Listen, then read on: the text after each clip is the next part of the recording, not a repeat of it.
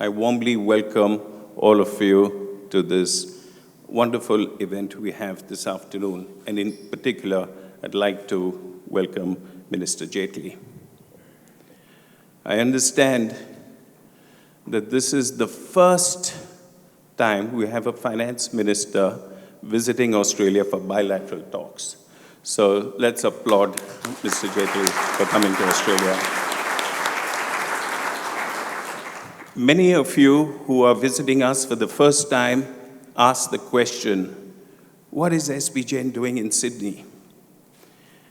And I'd like to just share a few words that SP Jain exists in Mumbai, of course, Dubai, Singapore, and Sydney. So we have 4 campuses, and we're looking to set up even the 5th one in the near future. We believe that the world is truly global, and the global world needs a global business school that produces graduates that have a global mindset. And so when they come here to Australia, they actually understand how business is done in another country, and in this case, white democracy.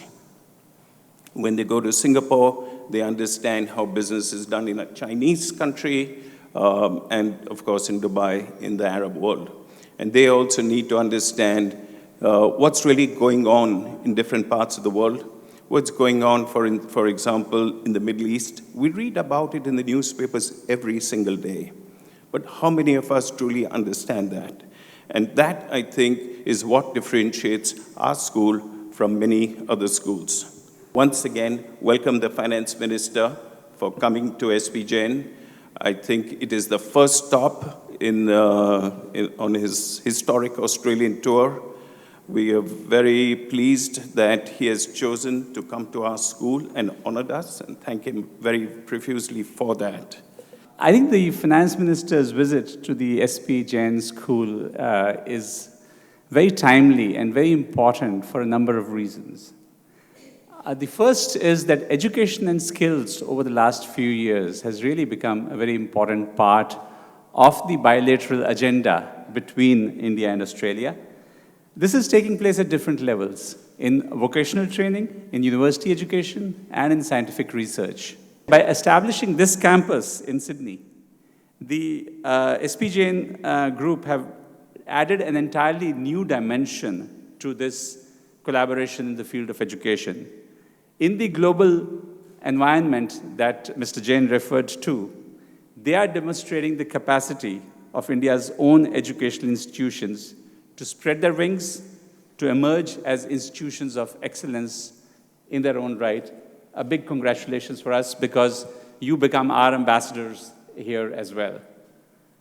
And now for me to have the pleasure to introduce the Honorable Minister. To anyone from India, to anyone who has anything to do with India, I don't think that Minister Jaitley needs any introduction. He is the Union Minister of Finance, Corporate Affairs, and Information and Broadcasting. He's the leader of the House in the Rajya Sabha, the upper house of the Indian Parliament. He's a very prominent lawyer, one of the senior-most leaders of the Bharatiya Janata Party. He was a minister in the previous NDA government from 1999 to 2002. He's also been a Union Minister for Defense in the Government of India. During his student life, he was president of the Delhi University Students' Union, and he's the recipient of numerous distinctions for outstanding performance, both in academics and in extracurricular activities. He was selected for the Outstanding Parliamentarian Award for the year 2010. He's an avid writer on contemporary legal, political issues, and has written extensively in newspapers and periodicals. Honorable Minister, we're delighted to have you in Sydney. Thank you very much, NITISH, to you and to the institution for having invited me. On the very first morning that, along with some colleagues, that I am in Sydney, you asked me to speak on reimagining Indian economy. Well, we've set our targets reasonably high, and T20 is probably not the only area where we want to do well. And one of the key concerns has been that repeatedly across the world, global growth estimations have been lowered.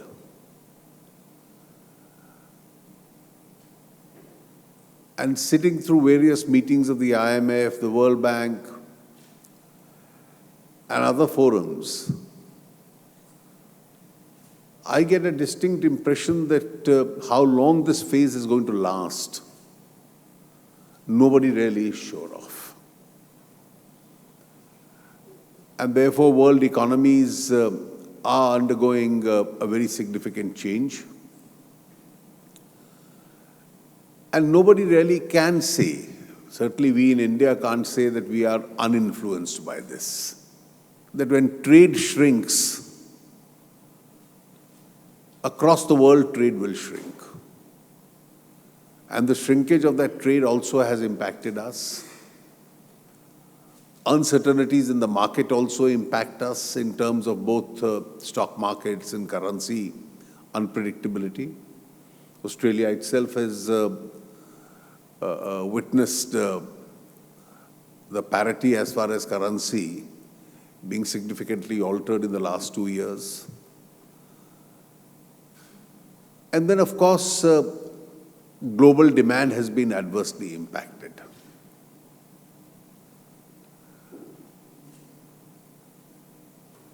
The result of all this has been that the lower regime for prices in terms of oil, commodities, metals,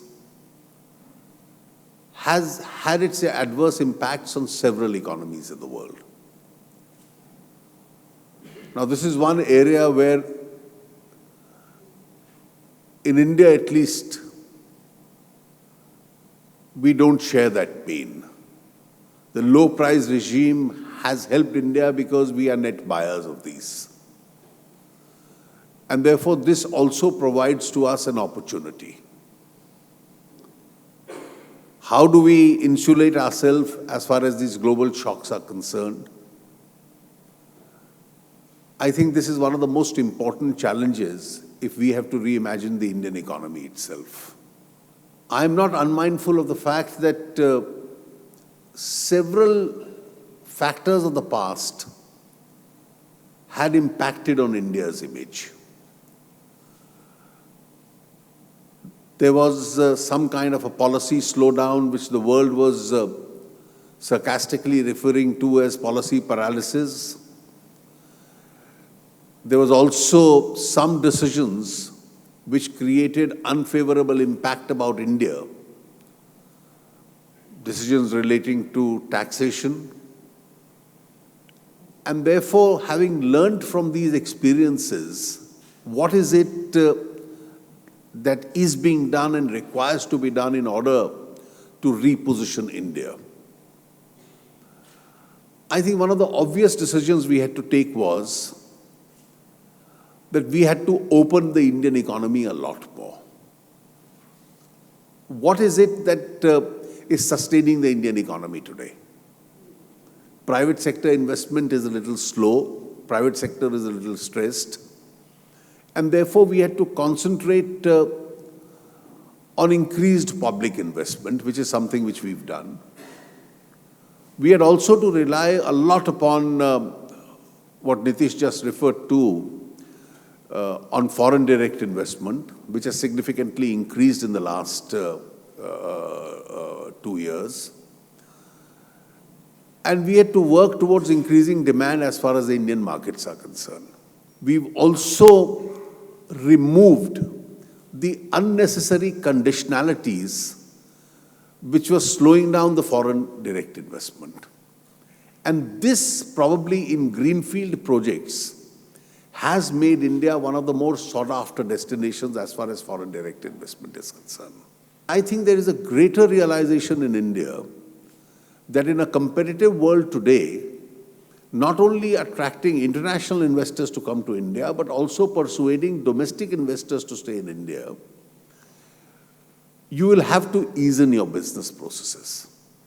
And that's an important work which is still in progress as far as India is concerned.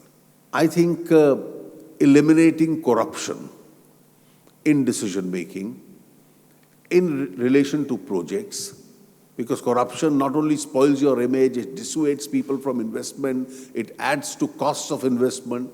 I think is an important milestone where India seems to be moving forward.